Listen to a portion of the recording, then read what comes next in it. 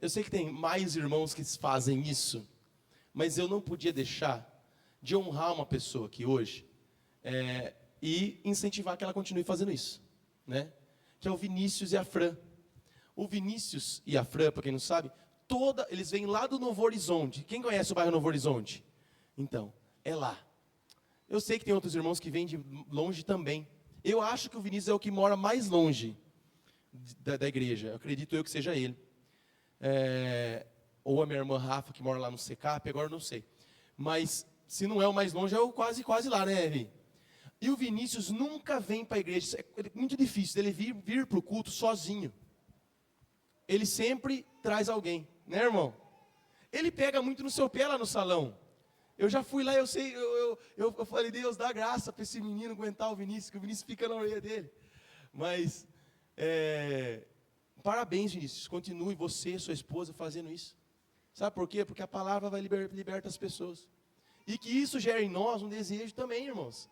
Sabe, puxa, eu vou convidar alguém, mas pastor, posso convidar alguém da igreja? Pode, se a pessoa não está vindo sempre.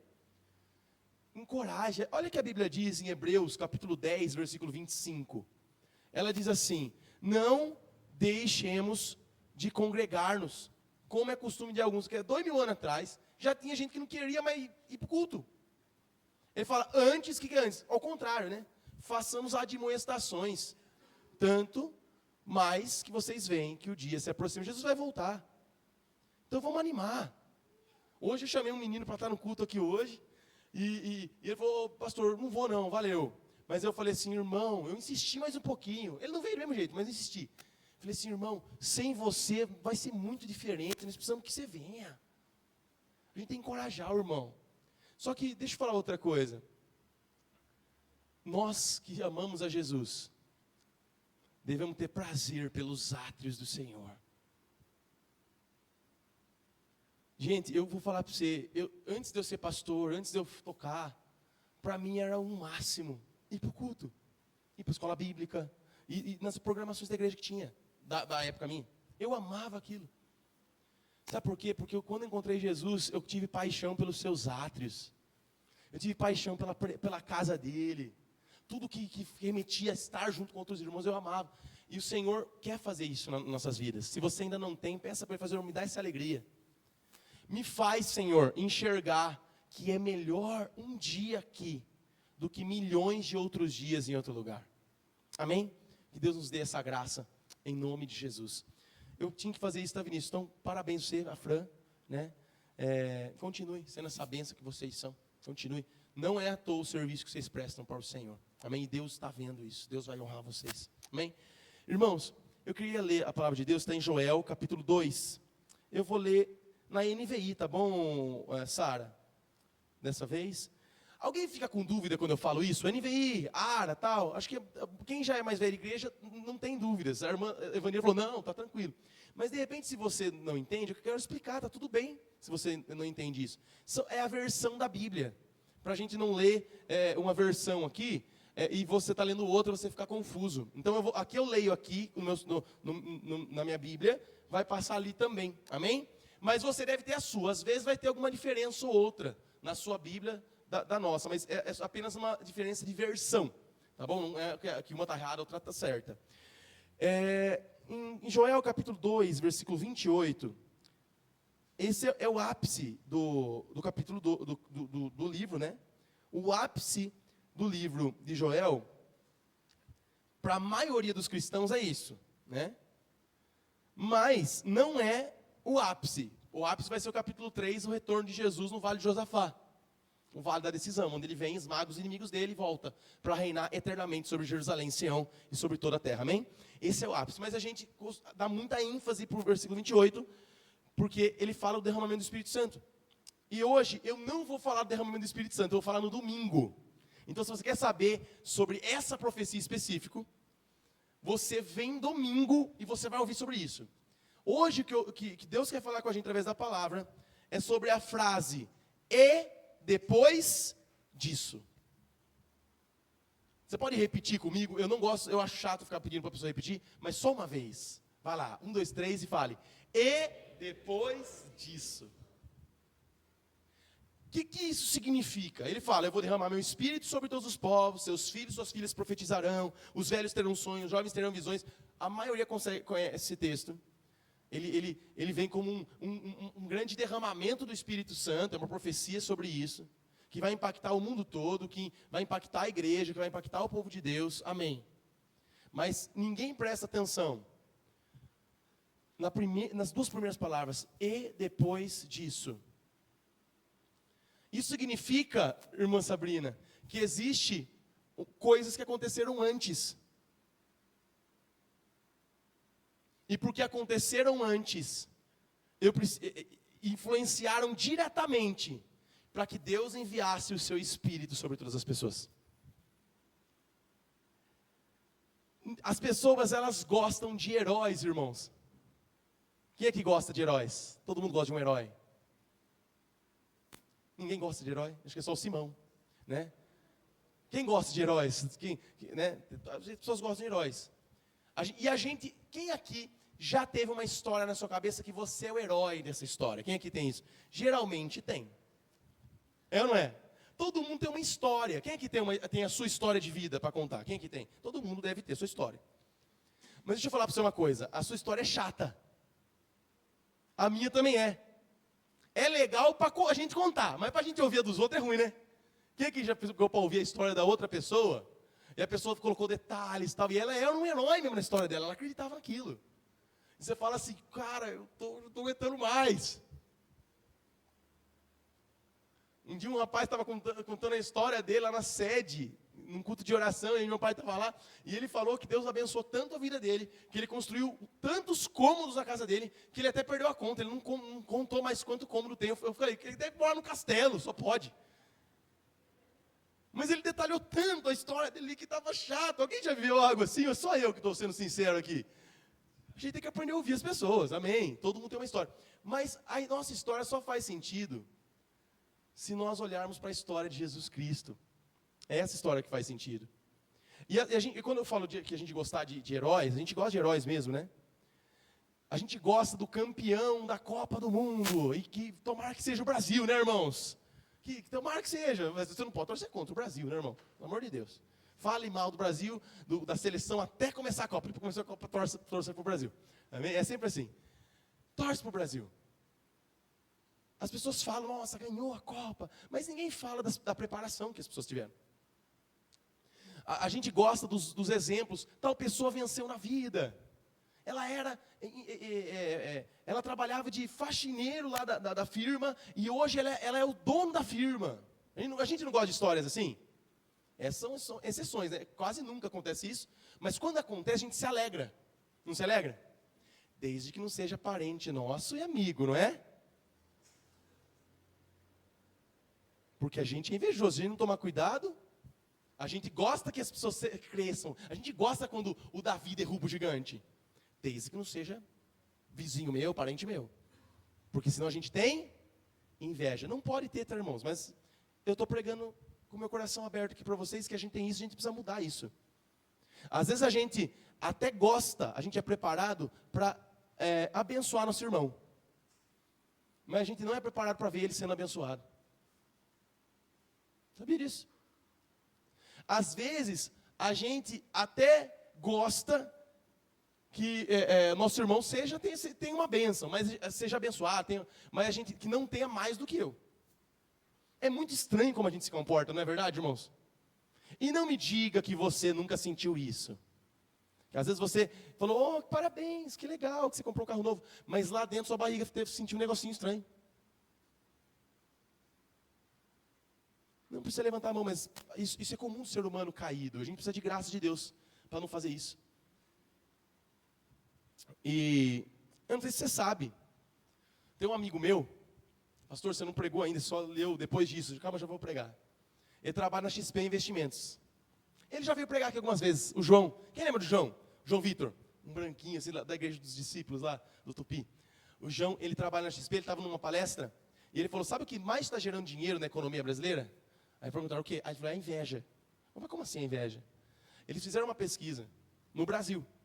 E aí a pesquisa falava assim, que mais de 70% das pessoas preferiam ganhar 3.000 para ver o seu vizinho ganhando 2.000, do que ganharem 10.000 e verem seu vizinho ganhando 15. É esquisito, não é? Mas é verdade, eu não me surpreendi com isso. Porque eu e meu pai, às vezes, irmãos, nós torcemos mais para o time dos irmãos perder, para nós tirar sarro deles, do que para o nosso ganhar. Até porque o nosso sempre ganha, né? Então tem que torcer. Eu torço para o Palmeiras, tá, irmão? Então é difícil do Palmeiras perder. Eu estou falando sério. Irmãos, brincadeiras à parte, a gente tem esse coração. Então o que movimenta a economia do país? Inveja.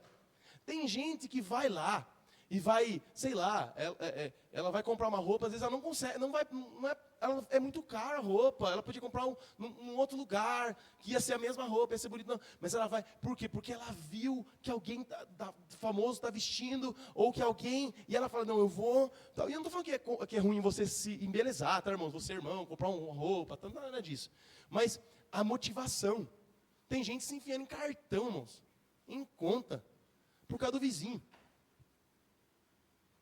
Porque viu o outro e está fazendo. Então a gente precisa olhar para o nosso coração e ver, suspeitar dele. Ele é enganoso, ele nos engana. E toda vez que você sentir inveja de alguém, um irmão, um parente, dobra o joelho e fala, Senhor, me perdoa. E fala, Senhor, me ajuda a me alegrar, Senhor, a ficar feliz que esse irmão, que essa pessoa está conquistando isso. Me ajuda a ficar feliz que é a vez do irmão de Paubatuba e não minha ainda. Vocês estão entendendo? Porque o invejoso, ele não está bravo com a pessoa, ele está bravo com Deus. Quando você fala assim, era para eu ter aquilo ali, não tal pessoa. Você está falando assim, Deus, o Senhor errou. O Senhor deu para a pessoa errada, hein? O Senhor errou comigo, por que eu também não tenho? É um negócio esquisito, mas nós devemos orar. Fala, Senhor, me ajuda nisso. E aí, irmãos, antes disso, tem uma história para que o avivamento se derrame sobre todos os povos. Isso começa lá em Atos, mas até Atos tem uma história. E aí, irmãos, no livro de Joel, até o capítulo 2, versículo 28 chegar, aconteceu algumas coisas antes. E eu anotei aqui, irmãos, enquanto estudava o livro de Joel, 20 imperativos que Deus deu para o povo. O que é um imperativo? Ordens. 20 ordens, exclamações que Deus falou para o povo. A primeira, versículo 2 do capítulo 1, ouçam. A segunda, contem. Acordem, versículo 5. Estou no capítulo 1 ainda, tá, irmãos? Só para você ir conferindo aí. Chorem. Tem algumas que repete, tá? Mas eu só coloquei uma vez. Ele fala, chorem. Ele fala, lamentem-se. Ele fala, pranteiem. Ele fala, desesperem-se. Alguém já ouviu a pessoa falar, calma, não fica desesperado? Alguém já viu isso? Na Bíblia, Deus manda ficar desesperado. E manda ainda, desespere-se. Fiquem aflitos. Alguém já viu alguém falar assim, olha, a gente orou para quem estava aflito aqui hoje, glória a Deus. Mas tem um período aqui na Bíblia que fala, fique aflito. Deus mandando o povo ficar aflito. Ponha veste de luto. Decretem um jejum, convoquem uma Assembleia Santa, reúnam as autoridades. Essa semana os líderes, vai ter junta, dá uma glória a Deus pessoal da junta aí, glória a Deus, vai ter junta, mas os líderes vão se reunir para serem cuidados, vai ter a junta dos líderes, agora essa semana. A gente tem intuito de cuidado, irmãos, mas nada mais é do que a gente está reunindo as autoridades da igreja. Reúnam as autoridades, é a ordem, clamem ao Senhor. Só no versículo 1, só no capítulo 1, tem todos esses imperativos. Agora o capítulo 2, toquem a trombeta, outra ordem que ele dá. Tremam os habitantes da terra, ele manda tremer. Tocar a trombeta é um sinal de avisar, de alertar, né? Volte-se para mim de todo o coração, outra ordem. Rasgue o coração e não as vestes, outra ordem. Capítulo 2. Aí no versículo 18, eu queria que você abrisse aí Joel 2, versículo 18, é a chave ali de quando Deus começa a fazer. Ele começa a se compadecer do povo e agir na história do povo. Ele diz assim: então o Senhor mostrou zelo pela sua terra e teve piedade do seu povo. A Bíblia diz, irmãos, em Lamentações de Jeremias, capítulo 3, que são as misericórdias do Senhor, que são a causa de não sermos consumidos. A Bíblia diz que essa misericórdia se renova a cada manhã, grande é a sua benignidade. Que lindo esse texto, né, irmãos? Um livro chamado Lamentação. Pastor, eu posso lamentar? Pode, você não pode murmurar. A murmuração, ela tem um alvo de ofender Deus e não querer nada. A lamentação é você falar da sua tristeza com o coração aberto diante de Deus, mas tendo nele uma resposta para aquele lamento. Então não é pecado lamentar, tá, irmãos? Desde que você tenha a consciência que o Senhor está pegando aquilo ali e Ele tem poder para fazer algo. O murmurar por murmurar, você está ofendendo a Deus. Mas o lamento, ele tem poder. Inclusive tem um livro na Bíblia que a gente falou agora que chama Lamentação. Qual que é a chave para avivamento, para mudança, para a bênção de Deus vir sobre as nossas vidas, para que nós tenhamos uma mudança na nossa vida? A misericórdia de Deus.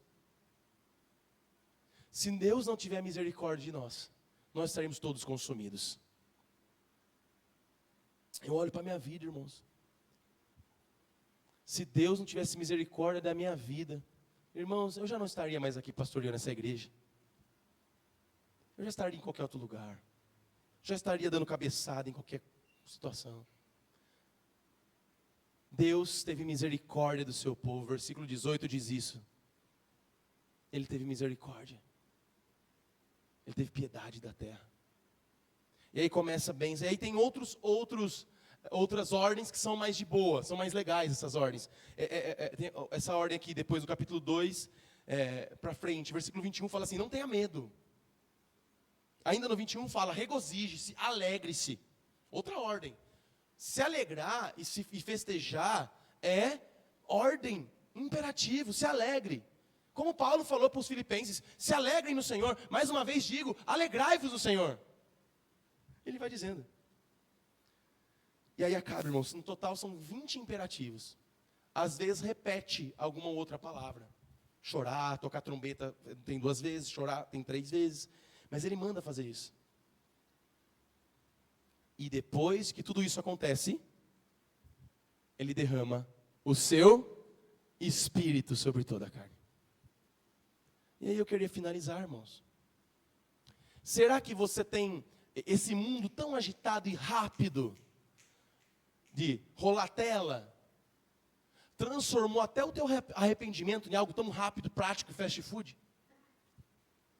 Será que você tem olhado para a nossa terra, Brasil, para a nossa terra chamada Igreja de Deus na terra, a Igreja de Cristo no mundo? Você tem olhado para a sua comunidade aqui na IEQ Park e você tem lamentado, você tem chorado, você tem percebido?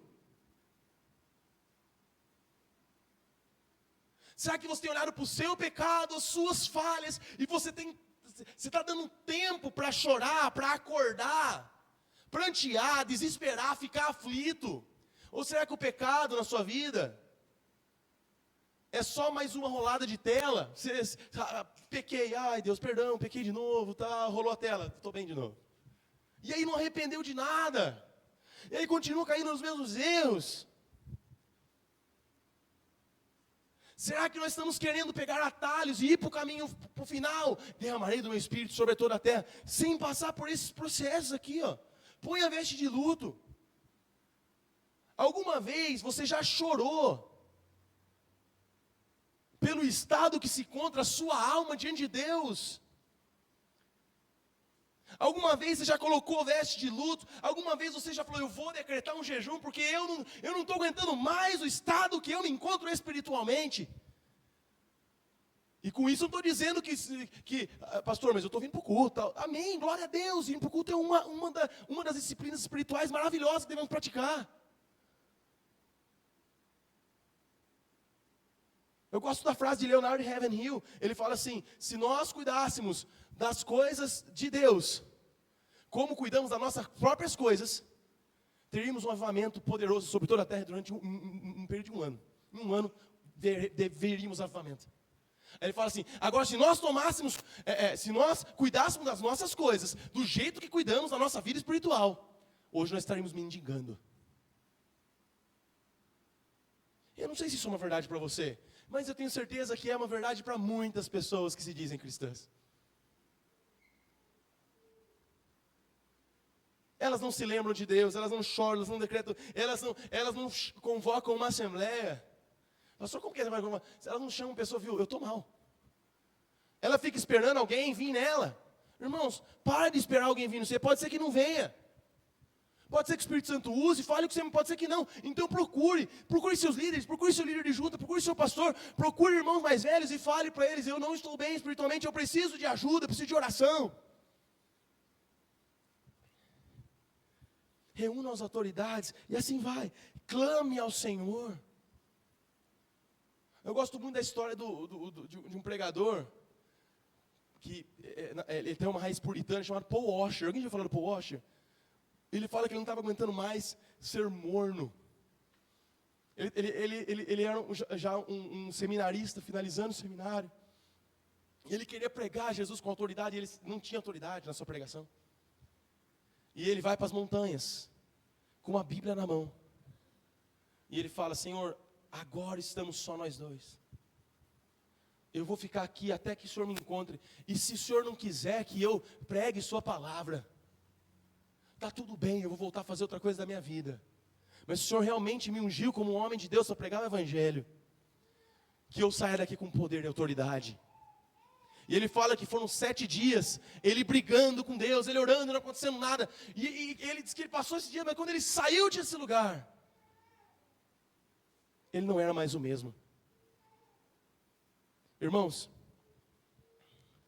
Deus quer derramar bênçãos sobre nós, Deus quer trazer restituição, como diz o texto. Deus quer, prosperar a nossa vida. Não é errado ter prosperidade material. Ela, inclusive, pode ser um sinal de Deus nas nossas vidas. Mas, irmãos, antes de que isso aconteça, o Senhor deseja que você pratique algumas coisas.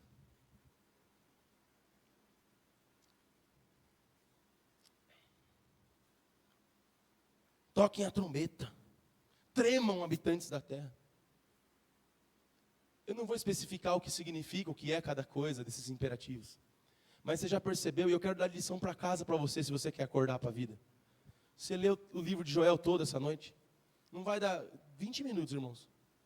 E você vê o que Deus está falando para você fazer. Para você mudar. Quem quer ver o derramamento do Espírito Santo sobre essa igreja, sobre a sua vida, também quero. E se nós queremos mesmo, irmãos, que nós possamos nos arrepender, que nós saímos do automático, que nós paremos, que a gente possa chorar ao ver que existem muitas pessoas que têm entrado por aquela porta e têm ido embora e se perdendo no mundo, e a gente não fez nada por isso. Que a gente possa chorar porque tem pessoas que estão entrando naquela porta, estão saindo daquela porta, estão entrando naquela porta e estão ficando as mesmas de sempre, com os mesmos pecados, com os mesmos palavrão, com as mesmas coisas, e não mudam. Mas, irmãos, antes que você role a tela e passe para a próxima pregação que a gente vai pregar nesse altar, não deixa que o que o Espírito Santo está falando aqui hoje passe batido na tua vida. Chore, clame. Se você não está vendo nada de errado, está tudo bom para você aqui dentro. Está tudo bom para você na igreja, no mundo. Então, você precisa desse imperativo, acorde. Não está tudo bem. Nós precisamos ser mudados. Precisamos ser transformados. Amém, meus irmãos? Esse é o peso do Senhor que eu tenho para essa noite. Algo que está no meu coração essa noite. E depois disso, antes disso, tem algumas coisas. Nós precisamos ver esses processos de maneira fiel. Irmãos, diferente de alguns formulários que nós fazemos. Quem já preencheu o formulário e está escrito pular essa parte? Quem já viu isso aí? Pula essa parte. Quem pulou tudo a parte? Com Deus não tem como pular a parte. É por isso que tem algumas coisas na sua vida que está parecendo filme repetido da sessão da tarde. De novo isso, porque se você não é aprovado, Deus te dá outra prova para fazer, a recuperação. E se você não é aprovado nela de novo, o filme se repete. Será que a sua vida vai virar uma sessão da tarde, de filme repetido, de sempre as mesmas atitudes? Ou você vai falar, não, deixa eu fazer o que tem que ser feito. Eu não vou pular mais etapas, não. Se coloca em pé, vamos orar.